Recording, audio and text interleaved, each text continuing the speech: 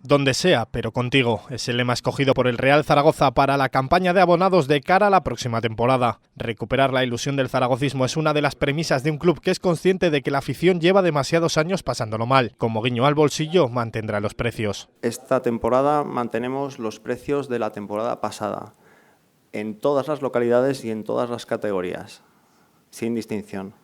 Los mismos precios, las mismas cuotas que los abonados pagaron la temporada pasada, si renuevan las podrán pagar en esta temporada.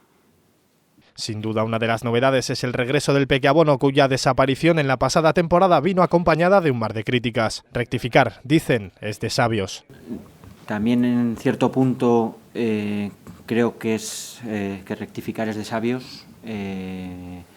Es lo cierto que la figura que existía los años atrás era de muy compleja gestión tal y como estaba, había que darle un cambio.